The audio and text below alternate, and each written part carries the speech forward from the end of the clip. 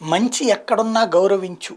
అది చిన్నవాడైనా, పెద్దవాడైనా. అది కాస్త రాహుల్ గాంధీ గనక పెద్దోడైన మోడీ దగ్గర గనక నేర్చుకుంటే బానే ఉంటది. ఎందుకంటే చాలా బాధ్యతాయుతమైన సలహా ఇచ్చారు మోడీ. ఏదైతే ఖచ్చితంగా పార్లమెంట్‌లో భద్రతా వైఫల్యమే. వాళ్ళుగా వ్యక్తులుగా వస్తే తప్పులేదు. ఎందుకంటే పాస్‌తో వచ్చారు కాబట్టి. కానీ వచ్చిన వాళ్ళ కాళ్ళల్లో షూస్‌లో దాచుకున్నటువంటి పొగగొట్టాలు ఏవైతే ఉన్నాయో అవి లోపలికొచ్చిందంటే ఖచ్చితంగా భద్రతా వైఫల్యమే. ఎందుకు జరిగింది అన్నటువంటి దాని మీద విచారణ ఆల్రెడీ ప్రారంభించారు. ఎవరిని కాపాడాల్సిన పని లేదు. మోడీ తనకు వ్యతిరేకంగా చేసే చర్యల్ని తనైతే తెచ్చుకోడు కదా! అట్లాంటి చర్యలు తెచ్చారు అంటే విపక్షాలదని చెప్పేసి తను వాళ్ళని ఎత్తినే రుద్దేసి ఊరుకోవట్లేదు కదా! కాంగ్రెస్ వాళ్ళు తెచ్చారు. ఇప్పుడు వాళ్ళలో ఒకడు ఎస్ఎఫ్ఐ లేకపోతే ఇంకోడు ఐఎన్ఎల్‌డి పార్టీ కాంగ్రెస్ పార్టీ మీటింగులకి అటెండ్ అయ్యాడు. ఇంకొకడు వచ్చినేమో ఇంకొక ఆవిడ వచ్చినేమో ఇద్దరు మీటింగులకి సమన్వయకర్తగా కూడా పనిచేసింది. రైతు ఉద్యమాల పేరుతో నాటకాలు ఆడినోడు ఒకడున్నాడు వీళ్ళల్లో.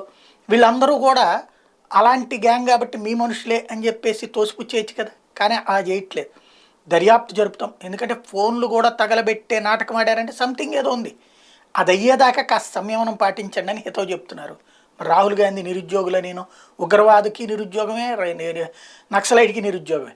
నిరుద్యోగం కారణంగా అందరిని చంపేయాలంటే గనుక ప్రపంచంలో ఒక్కడు బతకడు. ఎందుకంటే ప్రపంచంలో ప్రభుత్వాలన్నీ కలిపి ఇచ్చేటువంటి ఉద్యోగాలు 0.2%. మరి మిగతా వాళ్ళందరూ ప్రైవేట్ ఉద్యోగాలు చేస్తారు, ఉపాధి అవకాశాలు పొందుతారు, వ్యాపారాలు చేస్తారు ఇవన్నీ. అంతేగాని దానికోసం చంపేయడం ప్రారంభిస్తే గనక పార్లమెంటులు నాశనం చేసేయడం ప్రారంభిస్తే ప్రపంచంలోని ఏ పార్లమెంటు ఉండదు. కాబట్టి కాస్త బుర్ర బుద్ధితో ఆలోచించాల్సిన సందర్భం.